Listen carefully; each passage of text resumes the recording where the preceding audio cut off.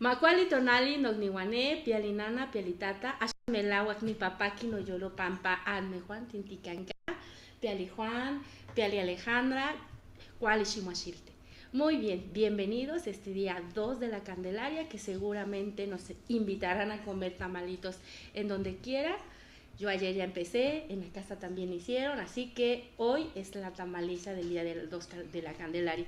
Y pues está con nosotros ahora sí nuestro querido amigo Juan Hernández Luz, que estaba enfermito la semana pasada, pero que hoy está recuperado totalmente. Muy buenos días. Nakutaur lupe yo kudini da sa giseda ya bichiba ku kudini da kwenda jitne da chi kwenda nya kutno ni ya kida nya vada chin nanitna rasiku anu ta chino biko vitna nu nya tu ku ta chino biko chin de anyan te nos des ndación do diante kuba kubianu na dat no odo vitna na dat no rosi nya luche o nya sanu nya kutno ni na niña Alejandra Rojas na niña te vin kisnya o basnya angisenya china dat no rosi nya nandanga kusha kunu nya de ya. Bueno, ahí estoy dando la versión ahora en Ñosabi. Gracias Lupita por el saludo en lengua náhuatl también. Este programa se caracteriza porque debemos hablar nuestro idioma. Es un programa donde se promociona la lengua, donde la damos a saber, ya sea de nosotros mismos o de nuestros invitados que vienen. Sí, y el día de hoy va a estar con nosotras Alejandra Rojas. Ella es una mujer activista, ha sido asesora en la Cámara de Diputados en el tema de pobreza, es economista y también es una consultora sobre temas sobre mujeres.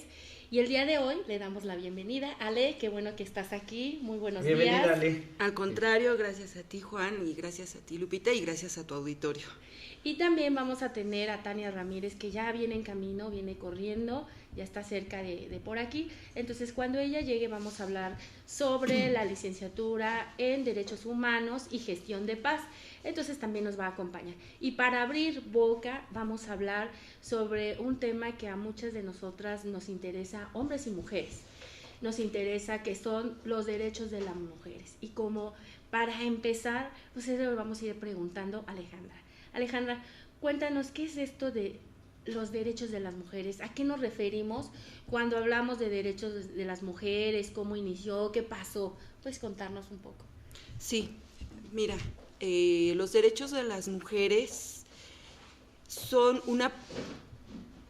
una idea que se da después de un proceso que se conoce como los derechos del hombre. Históricamente se ubica cuando en Europa se da la Revolución Francesa, caen las monarquías, se pensaba que los reyes y los monarcas gobernaban por la gracia divina. Esa idea se viene abajo, se derrumba y entonces empezamos los seres humanos a generar acuerdos, contratos políticos y dentro del marco de la ley. Pero en esa ocasión solamente se consideraba como ciudadanos a los hombres. En ese momento las mujeres no eran consideradas como seres humanos, o por lo menos estábamos en una categoría entre los hombres y los animales, nos situaban en medio.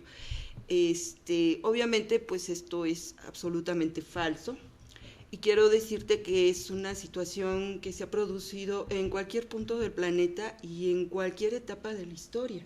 Siempre las mujeres se han considerado por cuestiones de discriminación como seres humanos de segunda y se han remitido siempre al ámbito privado, al ámbito de la servidumbre hacia otros, ¿no? En cambio, los hombres se han adueñado históricamente de los espacios públicos, que es donde tienen voz, en donde se reflejan todas las necesidades, y se ha pensado, y esto no solamente en Europa, sino en cualquier cultura, que las mujeres siempre deben de remitirse a este ámbito privado y los hombres deben de quedarse en el ámbito público. Después, conforme se han venido desarrollando las democracias y gobiernos que no están sujetos a estas ideas teocráticas, sino todo lo contrario, lo que conocemos como república, entonces es cuando se generan leyes y las mujeres poco a poco hemos ido peleando también por tener los mismos derechos que los hombres. Es decir, porque se reconozca que somos iguales, que todos los seres humanos, por el simple hecho de pertenecer al género humano, tenemos los mismos derechos, sin importar el sexo. En este caso, sin importar la clase, sin importar la etnia, la raza o si tienes una discapacidad. Entonces, lo que nos ha colocado en esta situación de desventaja ha sido básicamente la discriminación.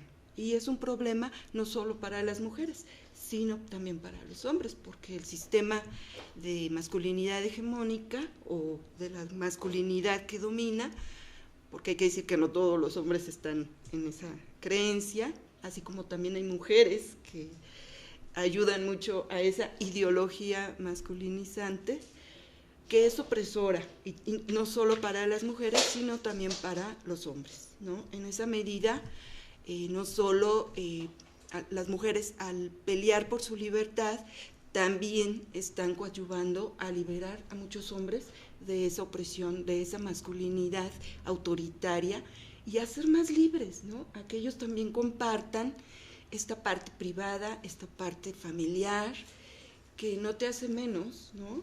Ni tampoco te hace más, y que las mujeres también puedan compartir las obligaciones que implica la vida pública en igualdad de circunstancias, porque las democracias se construyen en ese diálogo, y el diálogo se da entre los distintos, ¿no? Entre los que reconocen no solamente las percepciones, sino los intereses y las necesidades. Si los seres humanos no expresamos cuáles son nuestras necesidades, nuestros intereses y cómo percibimos a los otros, pues no nos vamos a entender y se generan situaciones de violencia. Entonces tú lo que nos estás contando, que en todos estos contextos de una lucha por los derechos, cuando se hace la Declaración del Hombre en 1789 en Francia, empieza a haber toda una serie de movilizaciones que con el tiempo va haciendo que también las mujeres se pongan a trabajar y decir, también nosotras tenemos derechos, no podemos estar siendo tratadas como animales y no somos menos que los hombres, sino en esta lucha de igualdad y que además toda esa Revolución Francesa deja. Pero después, como tú dices, vas avanzando con el tiempo, los siglos, y estas demandas de las mujeres va también subiendo y subiendo a ponerse al mismo nivel como los hombres. Entiendo toda esta parte que tú nos comentas. Y a raíz de todo esto que tú nos comentas, ¿cómo es que se inicia todo un movimiento de lucha por los derechos de las mujeres? Bueno, se inicia con un pensamiento y con una práctica que se ha llamado feminismo y que se ha venido desvirtuando. Lo principal, y por eso me da mucho gusto estar hoy aquí, es porque se abren espacios y estamos viendo que se abren cada vez más espacios a otras lenguas y sobre todo que es muy importante la voz de las mujeres, o sea, que hablen por su propia boca. Un concepto que es muy importante en derechos humanos es el de la persona. ¿Qué quiere decir? Persona es que suena por sí misma, que habla por sí misma, que emite un sonido por sí misma y que no necesita de que otra persona hable por ella. Históricamente los hombres han hablado, el esposo habla por la esposa o el padre decide por la hija. Entonces, si algo le falta a este país, por ejemplo, es que las mujeres y sobre todo las mujeres indígenas tengan espacios donde expresarse, donde decir qué es lo que quieren y cómo lo quieren y cuándo lo quieren. Este es un concepto, una idea, la de persona, que es fundamental para entender los derechos humanos, porque las personas tienen una identidad. ¿Qué significa esto?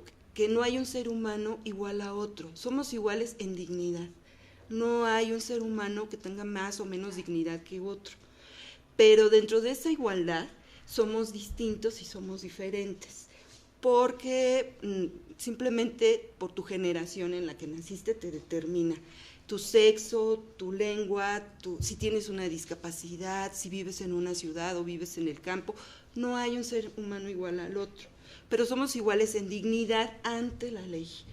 Ese es el asunto. Ahora, ¿quién se encarga de la ley? Se encarga el Estado. porque los derechos humanos se han organizado en un sistema a nivel mundial que los más obligados o quienes han firmado estos compromisos son los estados. Ahora, no quiere decir que la idea, este proceso que se llama derechos humanos, se le cuestiona mucho que es una ideología incluso occidental. Yo me opongo a creer eso, porque yo creo que no es, si bien se formaliza en Europa, en la Revolución Francesa, los derechos humanos han sido una lucha que se ha generado a lo largo de toda la humanidad y por todos los pueblos. Y creo que México ha sido uno de los lugares que más ha contribuido. Si lo seguimos viendo como un asunto solo de europeos u occidentales, me parece que estamos perdiendo esa reivindicación de que todos los pueblos, sean asiáticos, sean africanos, sean latinoamericanos, hemos contribuido, porque la lucha por la liberación de la esclavitud, ¿de dónde viene? ¿No?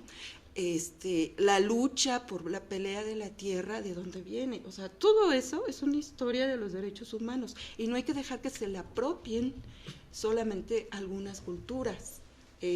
Todas las culturas son necesarias y precisamente conservar el lenguaje implica conservar las culturas y conservar todo lo que ellas en su conocimiento muy específico y distinto a los de otros pueblos, tienen que aportar a los derechos humanos. Muy bien, Ale. Mira, viene llegando también Tania Ramírez. Ella sí nos dijo, nosotros al principio avisamos que venía corriendo ya. Entonces se va también a incorporar con nosotros. Un momento, Ale, ya habíamos comentado. Vamos a hacer un pequeño corte y va a estar con nosotras también Tania Ramírez.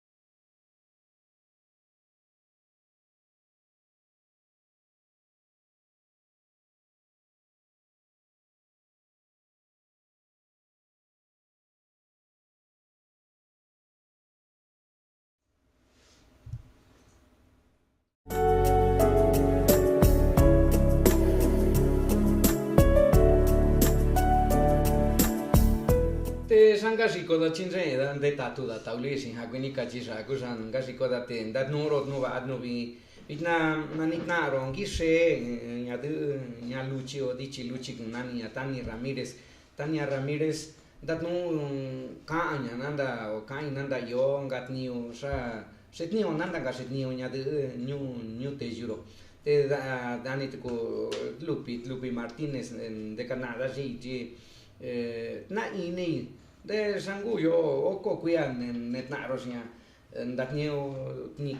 ya.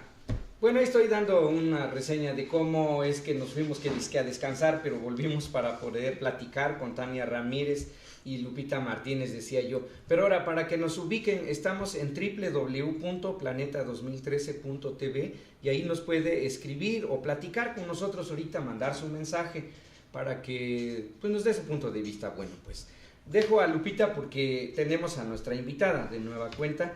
Regresamos después de una breve plática con Tania Ramírez, retomamos nuestro tema inicial. Sí, muchas gracias. Alejandra todavía está por aquí y vamos a seguir hablando sobre los derechos de las mujeres. Y referido a este mismo tema, el día de hoy, ¿cuál es Shimuashilti? Tenemos de bienvenida a esta Tania Ramírez. Ella es directora de la carrera de licenciatura en Derechos Humanos y Gestión de Paz y que nos va a platicar un poco de qué se trata esta carrera, qué es lo que se ve en esta licenciatura, cómo pueden entrar. Pues platícanos. Les cuento. La carrera de Derechos Humanos y Gestión de Paz es una carrera muy nueva, ya no tan nueva, tiene un poco más de 4 años de haberse cocinado en la Universidad del Claustro de Sor Juana. Es una carrera que se propuso reunir todos estos saberes que como humanidad hemos estado juntando en torno a los derechos humanos, todos los aportes, los retos, las miradas, y organizarlo en una currícula para que pudiera formarse una licenciatura que habilitara a jóvenes, ya fuera saliendo de la prepa o personas que están en organizaciones o las personas que así lo desearan, que pudieran tener las herramientas para defender derechos humanos, promover derechos humanos, generar procesos de paz, tener habilidades para la mediación, etcétera, etcétera. Esa es la carrera, es una carrera muy intensa. Lupita se los puede contar porque es nuestra más brillante exalumna ahora, ya es egresada de esa carrera. No, y en serio, en esa carrera están pasando cosas muy padres, están pasando cosas interesantes, como el hecho de que se reúnan personas muy distintas, que vienen de muy distintos contextos, con saberes complementarios, y en la que se están formando, pues eso, no solamente en conocimientos de paz y derechos humanos, sino también en talleres de lengua y cultura, ¿no? Talleres de lengua y cultura que, por ser una universidad, tenía impuesta la taller de lengua y culturas anglófonas, pero también se estudia durante esos años árabe, francés, portugués, y a la mitad de la carrera hay la elección entre lengua maya y lengua náhuatl. Entonces, más o menos de eso se trata. ¿Y qué disciplinas se juntan en esta licenciatura? ¿Qué podemos encontrarnos los que nos gusta estudiar todo eso de derechos humanos? Sí, pues es buena pregunta porque los derechos humanos de a poco empezaron a estar en la oferta educativa, ¿no? Uno ya podía hacer un posgrado, un diplomado, etcétera. Pero al construir esta carrera en una universidad de corte humanista como es el Claustro de Sor Juana, quisimos fundamentar los derechos humanos desde todas las perspectivas humanas que la rodean. Entonces hay una carga fuerte de contenidos en historia, por ejemplo. La disciplina de la antropología también está muy presente, desde antropología cultural, antropología de la violencia, que es algo muy interesante y muy urgente ahora mismo. Un enfoque de derecho, un área más técnica, dura, que es el coco de todo mundo, que es la parte más legal, de marco jurídico. Lo conozco. Sí, es la parte pesada. Sí. Otra área de estudios de paz, ¿no? Directamente en mediación, negociación, educación para la paz, contenidos internacionales también, cooperación internacional, desarrollo, etcétera. Y otra área que le decimos conocimiento del mundo a partir de la geografía, la demografía, la metodología de investigación. Se estudia cuál era el mundo de Sor Juana y qué relación tiene con lo que ahora conocemos como derechos humanos, etcétera. Entonces, intentamos hacer algo que sí es ambicioso, sí se cansan, pobres, que les cuente Lupita después, pero no por ambicioso queríamos dejar de construir lo más completa y sólidamente una apuesta educativa que generamos con mucho corazón también, en busca de poder aportar algo a una sociedad que nos interpela y que nos llama urgentemente a poner lo mejor de nosotros y nosotras mismas. Y con este fin, ¿hay otro tipo de universidad en otro país o en otro lugar? ¿Es única? o qué referencias, qué pueden hacer también los alumnos cuando terminan esta licenciatura? Afortunadamente, tanto los estudios de paz como los derechos humanos, más los derechos humanos, empiezan a tener su lugar en las distintas universidades o centros educativos. Sin embargo, a nivel licenciatura, esta es, y tendríamos que sentirnos orgullosos y orgullosas. México es el único lugar, y la Ciudad de México y el claustro, es el único lugar en el que existe una licenciatura de esta naturaleza. Hay algunos referentes en experiencias en otros lugares, pero sobre todo a nivel posgrado. Como licenciatura, acá la armamos por primera vez. En el posgrado hay múltiples opciones, tanto en la ciudad como en México, pero también hay algunas escuelas hermanas, digamos, en intención y en dedicación de estudios. En Canadá, por ejemplo, en Irlanda hay estudios muy fuertes sobre cómo generar paz, ¿no? Imagínense con todo lo que ellos tienen que contar y compartir. En Italia también hay avances interesantes. España, sobre todo, bueno, el Estado español en las provincias de Cataluña y País Vasco, por ejemplo, empiezan a haber varios ecos, ¿no? Obviamente nosotros lo que hicimos fue hornear el pastelito y ponerlo ya para repartirnoslo y comer, pero no es un invento propio, en tanto que es un invento de la humanidad, y en distintos lugares empieza a haber esos brotes de interés por estos temas y esta determinación por entrarle al mundo con las mejores herramientas. ¿Y a dónde se pueden comunicar contigo las personas que nos están viendo el día de hoy? Si quieren estudiar, preguntar por la carrera, porque no solamente se ofrece la carrera, la licenciatura, sino al mismo tiempo ha habido diplomados, ha habido semanas que tienen que ver con la cultura, de cómo están las situaciones a veces en el país, en los países árabes o África, que ha habido algunas mesas. Tiene otras actividades con respecto a los derechos humanos también esta Universidad del Claustro de Sor Juana. ¿Dónde se pueden comunicar? ¿Qué correo tienes? ¿Cómo le hacemos?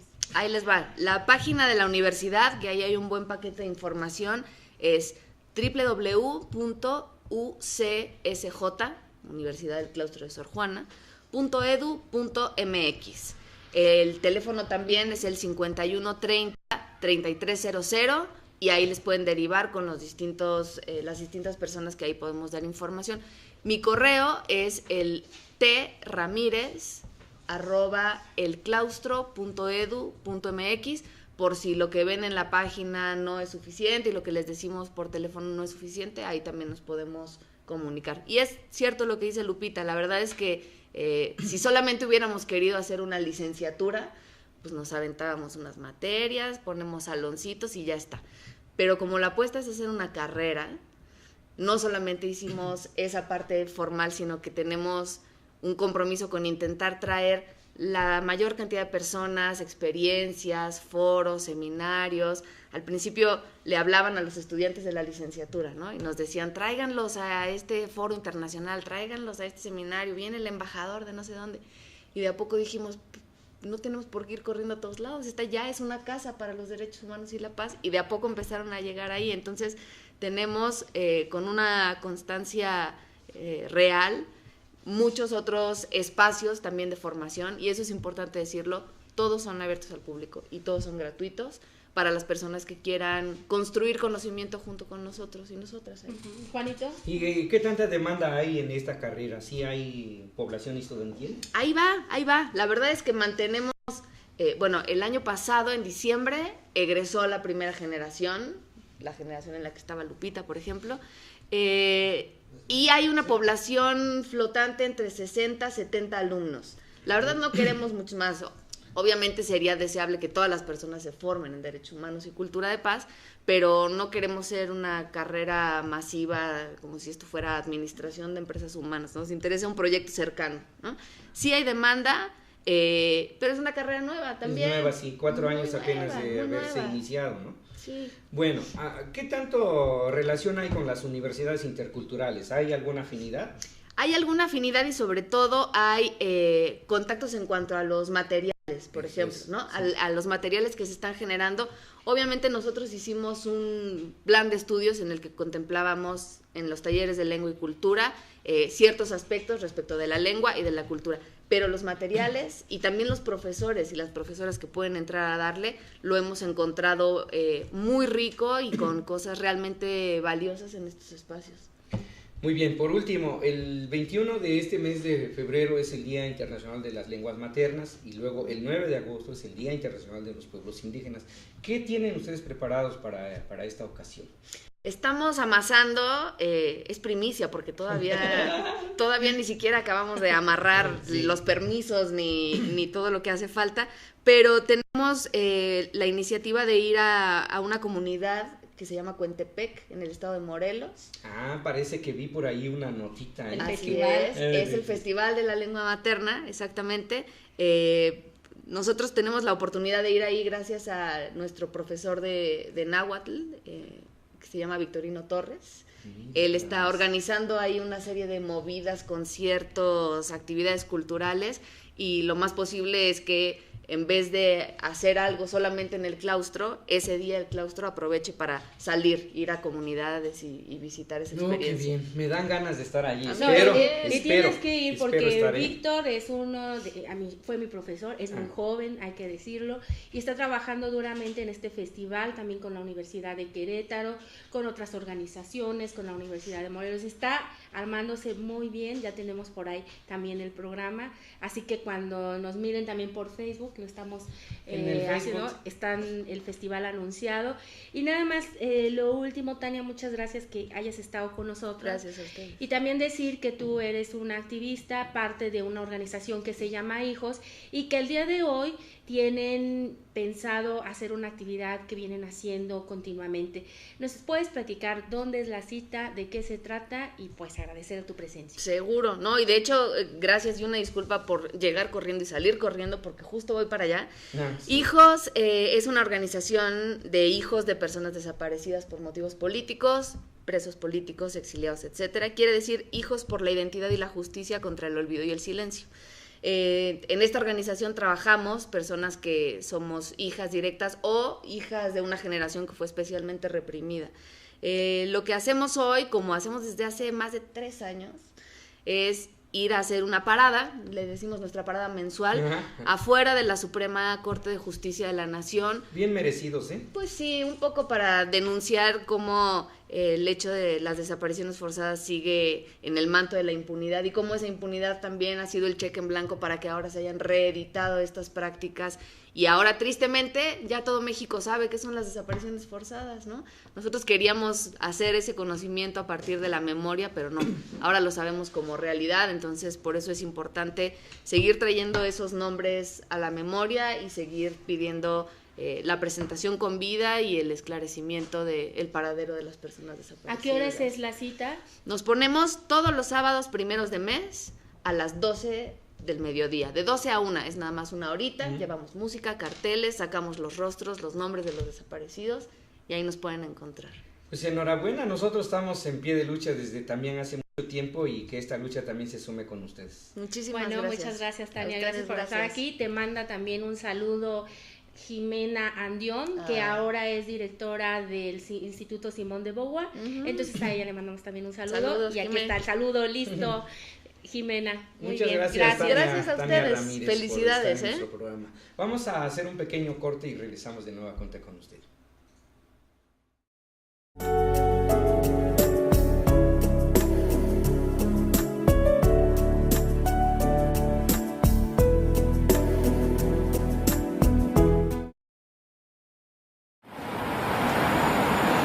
Merci Ananda avec l'introduit de la conciencia planetaria.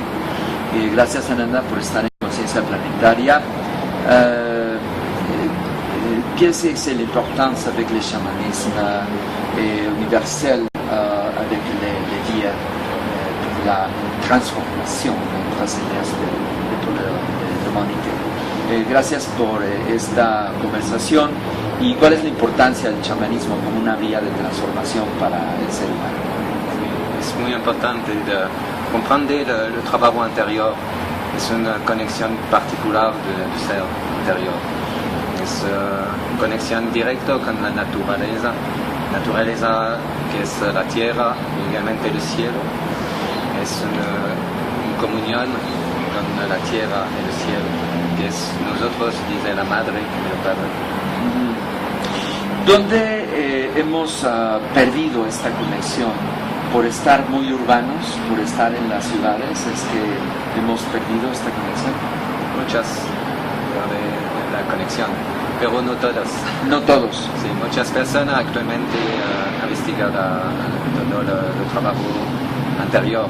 Es la posibilidad de la meditación,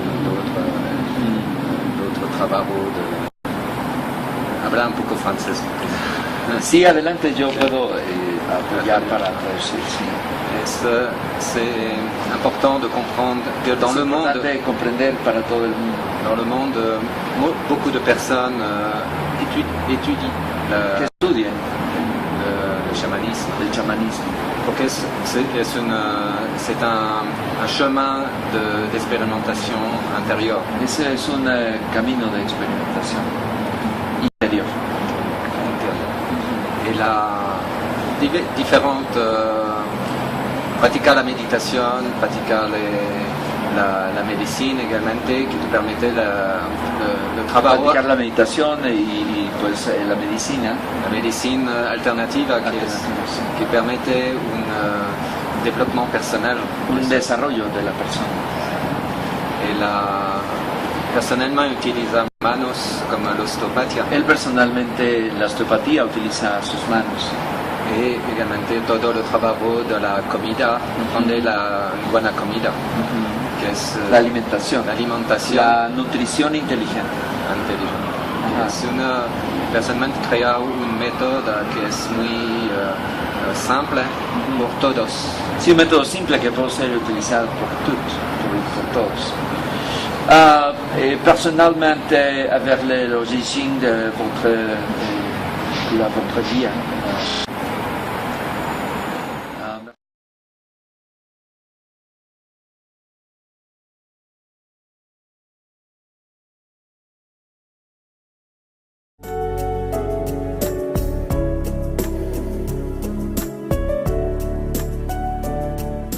Te sanga shikodachi da una kono ichida Tania Ramírez akwano ya chi yokat ni ya kayan dene kayate de nada si lupi te rico Alejandra Rojas ndat no rosinya chi meñana kani o meña shini on enseñan da kwanya nanda yosa kunu kwechinya de danga nyute jiro nyunya ji. Bueno, le digo que esta es la forma de regresar de nueva cuenta. Despedimos a Tania Ramírez, regresamos con Alejandra Rojas, estamos con Lupita Martínez y bueno, nos van a hablar de este asunto de los derechos de las mujeres, de cómo deben estar con nosotros, ya sea a nivel nacional o a nivel mundial, así lo veo en este contexto. Y para que nos ubique, estamos en www.planeta2013.tv. Estamos en el Facebook, Lupita Martínez, Facebook, Juan Hernández Luz, Facebook también, estamos allí. Nos puede localizar, seguir viendo o recomendándonos esta programación, Voces del Planeta, la bajamos en nuestros Facebook y la enviamos a nuestros conocidos para que se enteren de nuestro programa. También tiene Facebook el propio Voces del Planeta, entonces exacto. Igual ahí puede encontrar música de diferentes lados, también puede encontrar noticias sobre los pueblos indígenas, qué está pasando, tenemos varias cosas que han ocurrido esta semana, por ejemplo en Guerrero, y fíjate, allá vive Marina en Tecuanapa, entonces también nos han estado llegando varias informaciones, porque lo que los pueblos indígenas quieren un diálogo nacional, y pues hay que ver también cómo está la Cocopa en Chiapas, cómo se está armando todo esto y un diálogo. Entonces el diálogo es el que se quiere, queremos hablar, no es de que se dé también nada más dinero, sino hay cosas que son urgentes y que se tienen y que son pendientes y que se han quedado siempre pendientes en las campañas de los presidenciales, pero que quedan ahí. Entonces, pueblos indígenas, seguimos con esas demandas que son muy importantes para todos nosotros. El caso de Chiapas, por ejemplo, cuando el 21 de diciembre, ¿verdad? Fue cuando el alzamiento de nueva cuenta salieron a la vista, la caminata, y en silencio sobre todo fue lo que más les caló, y dijeron los que están gobernando este país, no se deben aparecer tan pronto, dice, todavía ni sabemos qué onda aquí y ustedes ya están ahí, ¿no? Ajá. O sea que ellos ya estaban desde antes. Fíjate que hay una película australiana sobre pueblos originarios de Australia, y hay una película que se llama El sueño de las hormigas verdes, que nos la recomendó Alicia Hopkins. Y esa película, lo que decía, le preguntan en una escena a un originario de ahí, ¿tienes 5 minutos aquí esperando? Y dice, sí. No, dice, se ve que tienes más, se ve como que tienes un día. Y él le dice que sí. No, ¿tienes más? Sí, dice, tengo 40,000 años. Entonces no podía ser que una minera viniera y lo sacara. Muy buena, es recomendable. Y seguimos con Alejandra, que nos está platicando sobre los derechos de las mujeres, cómo ha ido avanzando luchar por los derechos, cómo se inicia todo un proceso de feminismo que tiene que hablar justamente de decir cómo las mujeres van desarrollando caminando también con la humanidad. Entonces vamos reanudando nuestra plática, Ale. Gracias que continúas con nosotras. Uh-huh. Y que nos puedas decir que en este caminar irlo aterrizando a México, que después de como este panorama que tú nos has introducido esta mañana, cómo estos derechos de las mujeres también se van dando, y como tú dices, también las aportaciones. Recuerdo 1914, por primera vez en México se firma un documento de divorcio. Antes imposible de hacerlo, y lo hacen justamente grupos de mujeres en la zona del sur, allá en Yucatán. Inician todo un movimiento, se han hecho encuentros también México de mujeres que dicen hay que organizarnos, hay que ir para adelante, ¿qué tenemos que hacer? ¿Cómo le vamos a hacer? Entonces, como estas aportaciones que también las mujeres mexicanas han hecho. Sí, se trata de una lucha global, porque reconocer a los derechos humanos, para empezar, es decir, los derechos son universales, es una de sus características. No importa en qué pueblo estés, tienes derechos humanos, ¿no? También son interdependientes. Tú no puedes atender el derecho a la salud cuando no estás cubriendo también el derecho a la educación, por ejemplo, o el derecho a divorciarte, ¿no? El derecho a casarte, a decidir con quién te casas. A muchas mujeres, sobre todo mujeres indígenas, ni siquiera eso deciden, y siendo niñas incluso son vendidas. Es decir, son tratadas como objeto, como mercancía, y no solo las mujeres indígenas, todas las mujeres del planeta, muchas veces. Entonces, asumirte como ese sujeto, como esa persona que tiene dignidad y que puedes pelearlas, y por eso es muy importante esto que ustedes decían de las lenguas maternas, de las lenguas indígenas, porque cada lengua es una forma de entender el mundo. Sí. Y cuando se pierde una lengua, se pierde esa oportunidad, la humanidad pierde esa oportunidad para comprender su entorno, y es muy importante que las mujeres tengan esa voz en sus lenguas, porque esa forma de comprender el mundo es lo que puede solucionar la violencia que existe. Somos, ya lo habíamos dicho, somos muy distintos, y al ser distintos, no falta que siempre haya un ser humano que quiera dominar al otro, pensando que su identidad es superior, lo cual es una idea falsa. Vivimos en un mundo con muchas ideas falsas. El hecho de poder arreglar esta situación de poder, de lucha de poderes, porque hay que decirlo también, hay que desmitificar esta idea romántica de los derechos humanos. No es fácil, es muy problemática, y eso hay que tenerlo siempre en cuenta, porque parece que somos poetas, pero sí tenemos que tener en cuenta que no es el mundo perfecto, no es la sucursal del cielo, hay que pelearlo, es un proceso muy complicado, tenemos que enfrentar muchos problemas muy fuertes, y sobre todo la vía que se ha generado, que es la de los estados-nación. Un estado-nación que en nuestro caso se reconoce formalmente como pluricultural, y que implica no solamente, por una parte, que las mujeres adquieran este empoderamiento, que es como le llamamos las mestizas, pero las mujeres indígenas tienen su propia forma de llamarle a adquirir poder, un poder en un sentido positivo, y la contraparte de tener voz es este derecho a ser consultado por parte del Estado-Nación.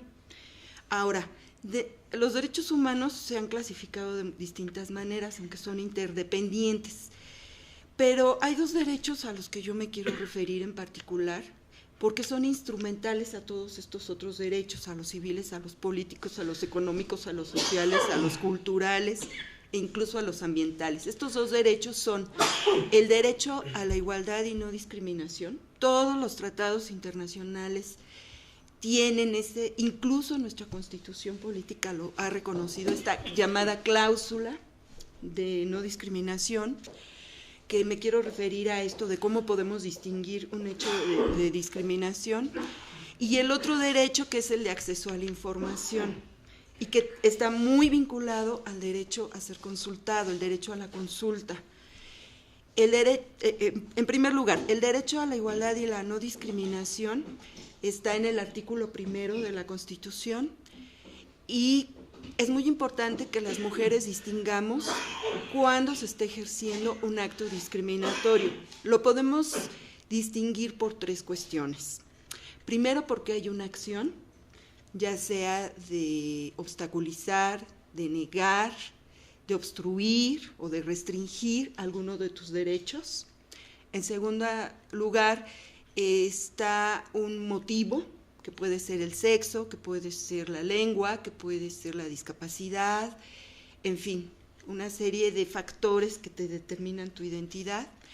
Y en tercer lugar hay un efecto, es decir, hay un daño a uno de tus derechos. Cuando se cubren estos tres elementos, es decir, cuando hay una acción de obstruir, cuando hay un motivo para discriminar y cuando hay un efecto que se está dañando el derecho de otra persona, entonces tú estás frente a un acto de discriminación. Y estos actos de discriminación no salen porque se le ocurrió a X persona, sino que se inscriben dentro de ciertas prácticas culturales, institucionales, de las que a veces no nos damos cuenta porque están naturalizadas. Entonces, en la medida en que las mujeres nos fuimos dando cuenta de cómo pesaba la discriminación de género, que además es muy particular a las distintas discriminaciones, porque las mujeres estamos en todos lados, entonces somos la punta de lanza para los otros derechos y para las otras discriminaciones. Somos más de la mitad a veces de la población, entonces no somos una minoría, para empezar. Es importante dejar de hablar de minorías y mayorías. Sí, porque cuando hablamos, por ejemplo, Alejandra, de 115 millones de habitantes en México, el 60% son mujeres. Claro. Entonces ahí no estamos hablando de minorías, y de mujeres y niñas y personas de la tercera edad, y son mujeres, y eso como que en nuestro país debe de quedar claro. También las estadísticas dicen que el 70% de mujeres que viven con hijos son las que están trabajando en el hogar, manteniendo a los hijos, mandándolos a la escuela, trabajando en otros espacios, trabajando en lo público y en lo privado. Entonces esto nos debe de ir sonando, ¿no? Por supuesto, y así nos hemos organizado en México y en otros lugares, que es lo que tú me preguntabas hace un momento. En México, formalmente, la lucha se podría ubicar en 1975, cuando es la primera conferencia internacional de derechos de las mujeres. Es aquí en México y no es gratuito, se seleccionan siempre para estos eventos a los países donde se considera, o la comunidad internacional considera que hay una fuerte discriminación.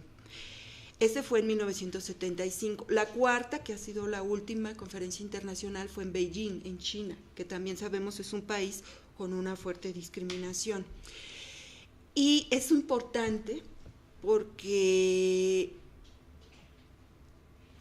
ha sido impulsada por este movimiento, este pensamiento que se llama feminismo, o que son feminismos, porque hay que decir que hay distintas posiciones, como todo pensamiento humano. Pero va por etapas también. Alejandra, ¿qué hablamos de feminismo? Porque fíjate que ahí hay muchas versiones encontradas y hay muchos malentendidos. Entonces, para quien nos está viendo, para nuestros amigos, compañeros, hermanos, tíos, abuelos, padres, todos los que nos ven, ¿qué estamos diciendo cuando decimos feminismo? y bueno, uno de los feminismos, ¿a qué nos referimos? Porque ahorita tú nos mencionaste que hay varios. ¿A qué se refiere con eso? Pues es un pensamiento que ya lleva siglos, básicamente liberal, aunque también hay feminismos que han surgido de pensamientos socialistas, y sobre todo un feminismo que ha impulsado el desarrollo democrático, en fin, han retomado de otras vertientes del pensamiento humano al que también hemos contribuido las mujeres, y que ha pasado por distintas olas, se le llama, o etapas, ¿no? En primer lugar, las mujeres al darse cuenta de que vivían o eran cerradas en un mundo privado, en la vida privada, en donde se permitía todo y en donde el Estado no podía entrar, donde el hombre era el que mandaba, decidía, era señor de horca y cuchillo, se puede decir, porque así es, desde la Roma antigua siempre el hombre podía matar, y lo estamos viendo ahorita, tenía todo el derecho de eliminar a la mujer, ¿no? Entonces, en el ámbito privado se ha ido implementando una serie de leyes para evitar esta discriminación, como es el caso de la Convención de Belém do Pará en América Latina, específicamente para acabar con la violencia contra las mujeres. Y al darse cuenta de que el ámbito privado era muy permisorio para esta violación de derechos humanos, las mujeres empezaron este movimiento de dignificación tratando de salir del ámbito privado, ¿no? Y se colocó a los hombres, obviamente, como el enemigo, ¿no? Pero eso fue en la primera etapa, ¿no? Y se ligaba mucho a la idea de la maternidad, es que la maternidad, ¿no?, lo biológico, lo natural, entre comillas, era lo que nos oprimía. Poco a poco el feminismo se fue, al ir saliendo, al entrar al mercado de trabajo, al empezar a pelear los espacios políticos, porque los espacios políticos de la vida pública es donde se arreglan las relaciones de poder, se fue adquiriendo esta ciudadanía que permite la democracia. Y entonces el feminismo ya no implicaba, en una primera etapa, si quieres tener derechos, pues tienes que ser igual a los hombres, ¿no? Y empezar a vestirte como los hombres y actuar como los hombres. Y esa fue una etapa muy primitiva, digamos, pero ya no opera actualmente. Las mujeres ahora reivindicamos, ¿no?, nuestro derecho, y que para ejercer el poder lo puedes hacer con falda, que puedes pintar como quieras, y que el poder en realidad te puede llevar a que hay hombres muy feministas que entienden esta opresión, que la comparten y la sufren incluso, y que también hay mujeres muy machistas, ¿no?, que también siguen favoreciendo este tipo de relaciones. Entonces no es un asunto que si primeramente se ligaba al cuerpo, ahora ya no. Ahora incluso se cuestiona eso, ¿no? Con todas las personas transgénero, transexuales, vienen a cuestionarnos a hombres y mujeres este poder a partir de la sexualidad y del sexo. Entonces ya nos damos cuenta que el cuerpo no es esa jaula, ¿no?, que te encerraba, y que finalmente es un pensamiento liberador. Así nace el feminismo, nace en el liberalismo y nace para todos los seres humanos, ¿no? Entonces también estamos diciendo que este feminismo también significa la lucha por los derechos, las reivindicaciones que a lo largo de la historia las mujeres han tenido. En esta como primera ola que nos cuentas, después como otra segunda ola, y también ahora ver que hay una diversidad de pensamientos dentro del feminismo que han tenido asidero en ideas como el socialismo, como el mismo dentro del capitalismo, ¿no?, que es esto liberador. Y recuerdo mucho que tú mencionabas esta conferencia que se hace en México en el 1975, después en Beijing, pero en ese inter también África fue anfitriona también, y donde muchas de las mujeres hablaban de esto, que el ámbito privado era público, que todo lo que estuviera pasando dentro de un hogar estaba pasando en lo público porque se estaba repitiendo en las diferentes familias. Eso es muy interesante porque también el feminismo de las mujeres africanas viene a poner en la mesa de discusión cómo ha ejercido el feminismo desde el occidente, ciertas también prácticas que dicen las africanas no puede ser que nos sigan tratando de esa manera. Y esto viene a colación de lo que tú nos has dicho, de toda esta también larga situación de discriminación que han vivido mujeres y niñas, porque cuando nosotros lo ubicamos en el contexto de los pueblos indígenas, es cierto todo lo que decías, es impresionante. Arely estuvo la semana pasada diciendo, de 100 mujeres, 45 mujeres indígenas están en la trata. Entonces es impresionante, porque no solamente es eso, es el tema de la violencia. Algún día de estos podremos platicar sobre mujeres que se encuentran en centros de readaptación y que las circunstancias por las que están en las cárceles fueron circunstancias que no tenían nada que ver muchas veces con ellas. Hay varios estudios serios sobre el tema, y entonces esta lucha de derechos, de decir yo tengo derecho a mi cuerpo, tengo derecho a sentir, a pensar, a hablar, a decidir qué quiero, cómo lo quiero, dónde lo quiero, y esta parte a veces, como tú dices, no es posible darse. Recuerdo que en el 2010 se hace el Encuentro Nacional Feminista en Zacatecas y llegan 130 mujeres indígenas, donde hay varias identidades, donde hablan de feminismo comunitario, y que entonces también hay una lucha de decir, las mujeres indígenas vamos por este camino, reconocemos las luchas de los hombres porque trabajamos con ellos, pero también la de nosotras. Y recuerdo a la comandanta Ramona, que ella asentó un documento junto con otras compañeras feministas igual, pero de los pensamientos de las compañeras indígenas, diciendo tenemos derechos, y está la Ley Revolucionaria de las Mujeres Indígenas. En este marco, en 1993, que se inicia todo un diálogo, y las mujeres indígenas en ese momento también es muy importante su participación.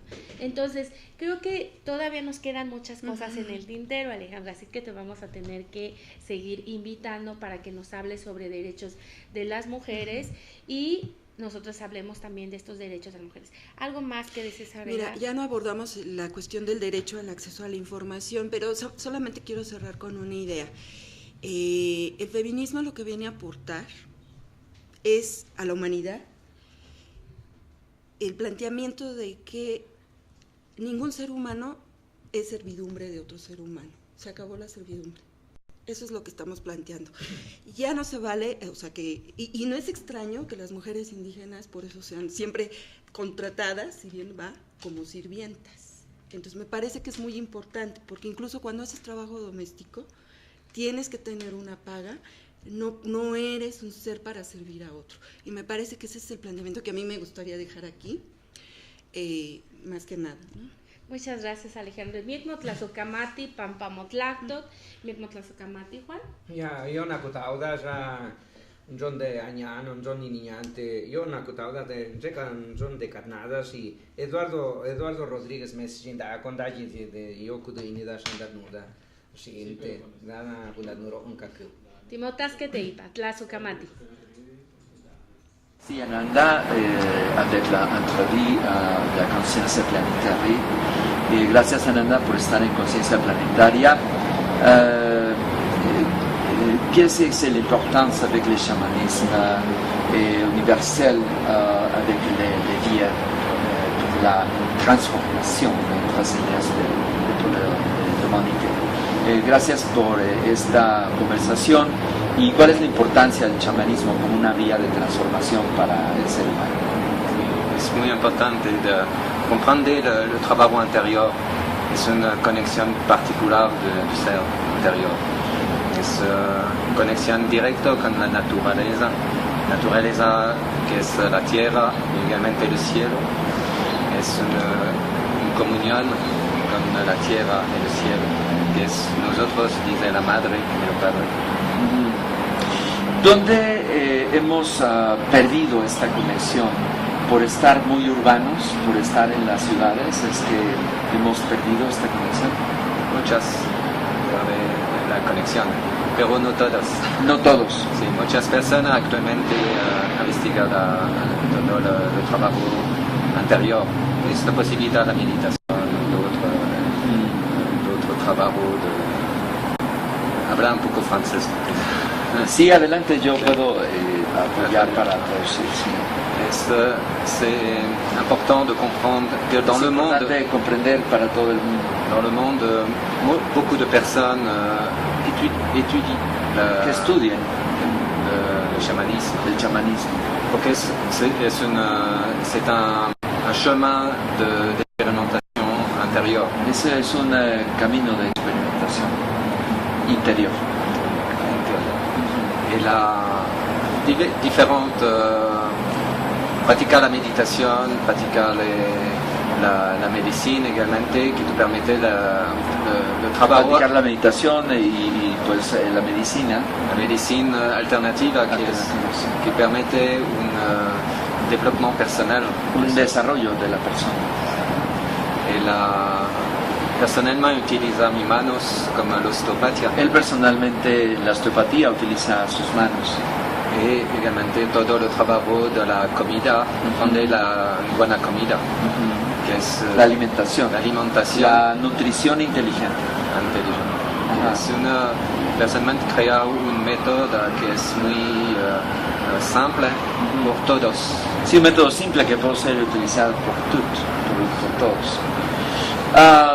Personnellement, avec l'origine de votre vie. Merci Ananda avec l'introduction de la conciencia planetaria. Gracias Ananda por estar en conciencia planetaria. Qu'est-ce que c'est l'importance avec le chamanisme universel avec les vies pour la transformación en trascendencia de toda la humanidad? Gracias por esta conversación. ¿Y cuál es la importancia del chamanismo como una vía de transformación para el ser humano? Es muy importante de comprender el trabajo interior. Es una conexión particular del ser interior. Es una conexión directa con la naturaleza que es la tierra y igualmente el cielo. Es una comunión con la tierra y el cielo, que es nosotros, dice la madre y el padre. ¿Dónde hemos perdido esta conexión? ¿Por estar muy urbanos? ¿Por estar en las ciudades? ¿Es que hemos perdido esta conexión? Muchas de la conexión, pero no todas. No todos. Sí, muchas personas actualmente investigan todo el trabajo anterior. Esto posibilita la meditación, otro trabajo hablar un poco francés. Sí, adelante, yo puedo apoyar para traducir. Sí. C'est important de comprendre que dans le monde... comprender